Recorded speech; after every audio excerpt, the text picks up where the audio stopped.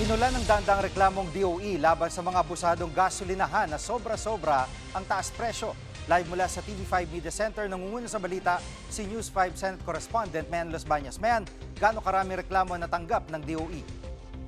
Jiggy, umabot na sa 500 yung reklamong natatanggap ng Department of Energy kaugnay nga doon sa mga nananamantala ng mga gasoline stations na OA naman kung magtaas ng presyo ng krudo. Sinabi yan ng DOE sa pagdinig ng Senado ngayong araw. At ayon nga sa Department of Energy ay pagpapaliwanagin nila yung unreasonable increase na yan ng ilang mga oil retailers at oil companies. At bukas mismo magpapatawag sila ng meeting at iniimbitahan nila yung mga oil retailers at oil companies na yan. Pero sa ngayon, Jiggy, aminado ang Department of Energy na tali ang kanilang kamay pagdating sa presyuhan ng krudo dahil nga sa oil deregulation law. Pero, Jiggy, umalma yung mga senador dyan sa mga mapagsamantalang mga oil retailers at oil companies dahil mga nakuha silang report nitong nakaraang weekend na umabot hanggang 100 pesos per liter yung diesel. Narito yung bahagi ng pahayag ng Senate hearing kanina.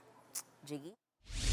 Hindi ba dapat in times of calamities or times of disruption, ang DOE meron ring power to look at the pricing? I know nalimitahan sila because of the deregulation law, but these are extraordinary circumstances na dapat tignan rin.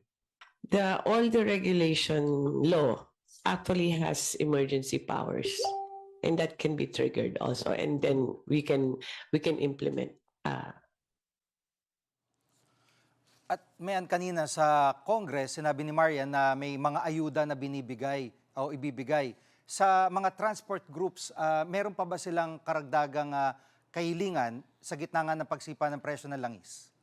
Jiggy, ang gusto ng piston, yung kanilang hiniling kanina no, sa Senado, wag lang sana yung excise tax sa langis ang tapyasin, kundi pati na yung value-added tax o yung VAT. Kasi Jiggy, ang paliwanag nila, pag pinagsama mo raw yung excise tax tsaka VAT, nagdadagdag pa yan ng total of 15 pesos per liter sa diesel na binabayaran nila. So dahil dyan, kasabay pa nung pagsirit ng presyo ng mga produktong petrolyo dahil sa nangyayari sa Middle East, nasa 300 to 400 pesos na lang daw ang kinikita ng mga jeepney drivers pagkatapos silang pumasada ng 12 to 18 hours. So, Jiggy, imagine that mas mababa pa yan doon sa minimum wage at mas mababa pa yung kinikita ng mga jeepney drivers sa mga tricycle drivers na kumikita ngayon ng 500 to 600 pesos kada araw. Narito yung bahagi ng pahayag ng piston.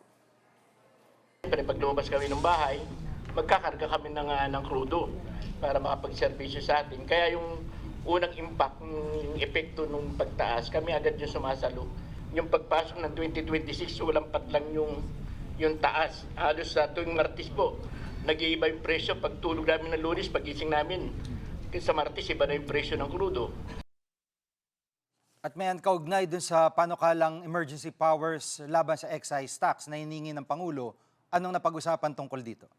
Yes, Jiggy. Gumulong na ngayong araw yung pagdinig ng Senado kaugnay nga dyan sa emergency powers para matapyas o ma-reduce yung excise tax dyan sa produktong petrolyo. At ayon nga sa Department of Energy, kung sakasakaling kailangan mamili at limitahan lamang yung tatapyasin o yung i-reduce na excise tax, kasi ang sinasabi nga ng Department of Finance ay malaki yung mawawala sa gobyerno, sabi ng DOE baka pwedeng i-prioritize na tanggalan ng excise tax yung diesel. Dahil ang concern daw talaga ng DOE ngayon ay yung pagsirit ng presyo ng diesel na tinatamaan yung ating mga jeepney drivers at yung mga public utility vehicles at tinatamaan yung mismong transport sector.